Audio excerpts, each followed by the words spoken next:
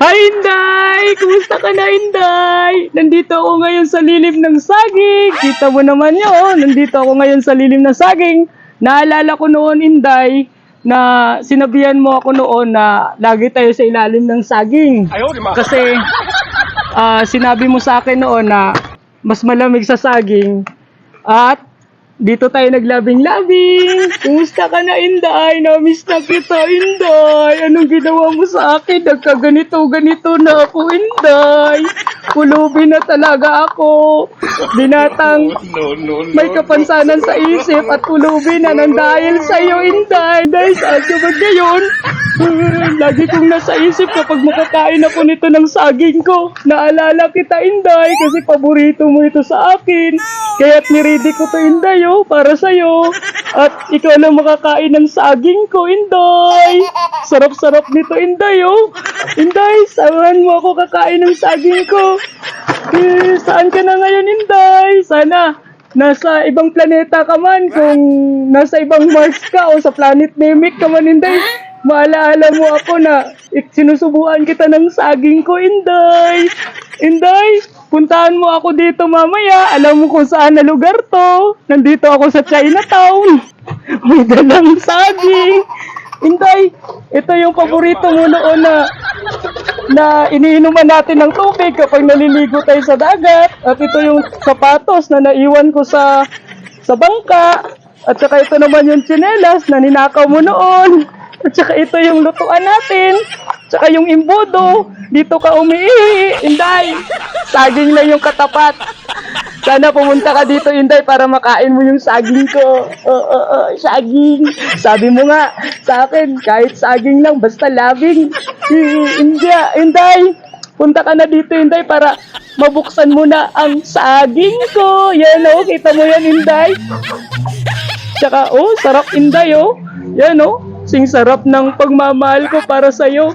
Tsaka, Inday, ang sarap-sarap, yellow-yellow pa. Tsaka, ang laki ng saging ko.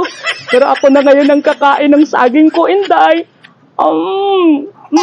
Sarap ng saging ko, Inday. Sana pumunta ka na dito para kakain ka din ng saging ko, Inday. Inday, halika na, Inday. Samahan mo na ako, Inday. Namimiss na kita, Inday. Sana sa mga friends ni Inday dyan, i-comment nyo na sa kanya, i-tag nyo na siya para makita nyo si Inday. At makapunta pala dito si Inday sa akin para pakainin ko ng saging ko na masarap. Halika na, Inday, kain na tayo dito ng saging. Inday, naalala ko noon, nasa tabing dagat tayo, Inday, na may puno ng saging. Nagabihan tayo, Inday, kinain mo yung saging ko. Ano matamis na masarap-sarap hanggang maggabi tayo, naabutan tayo ng hating gabi. Sabi mo, ang sarap-sarap talaga ng saging ko at saka sobrang tamis. At saka, sa'yo ko lang lagi pinapasubo yung saging ko, di ba? Ang sarap ng saging ko, Inday. Mayagkit-lagkit pa. Pero, hindi ka pa rin nakontento sa akin. Sa saging ko, maghanap ka pa ng ibang saging. Yun, kahit pinagsama mo kaming tatlo, si Efren Cachero dyan. Kung nasan man ngayon si Efren Cachero, magtago-tago ka na kasi hinahanap kita. Hahantingin kita ng paleta ko. At saka yung isa pa, Inday, si Escobar dyan, na taga-Samal. Hahantingin ko din yan. Kaya na hindi ka pa rin nakontento, tinikman mo pa rin yung saging nila, Inday. Salbahe ka talaga, Inday. 3 na kami. Ginawa mo pa kaming 3-in-1. Tsaka, pero okay lang sa akin yun, Inday. Kahit ganyan, tatanggapin pa rin kita, papakainin pa rin kita ng saging ko kasi sobrang tamis at saka masarap. Sarap talaga, Inday. Kaya bumalik ka na sa akin, Inday. Papasubo ko lahat ng saging ko sa'yo. Papakain ko lahat to para mabusog ka, Inday. Kaya, alam mo ba, Inday, miss na kita, Inday. Kahit iniwan mo ako, maghihintay pa rin ako sa'yo, Inday. Kasi miss ko na ipapakain ko itong saging ko para sa'yo. Mag-comment ka din sa akin, Inday, kung saan ka mang planeta, Luzon, Visayas at Maguindanao o Mindanao o sa Mars ka man.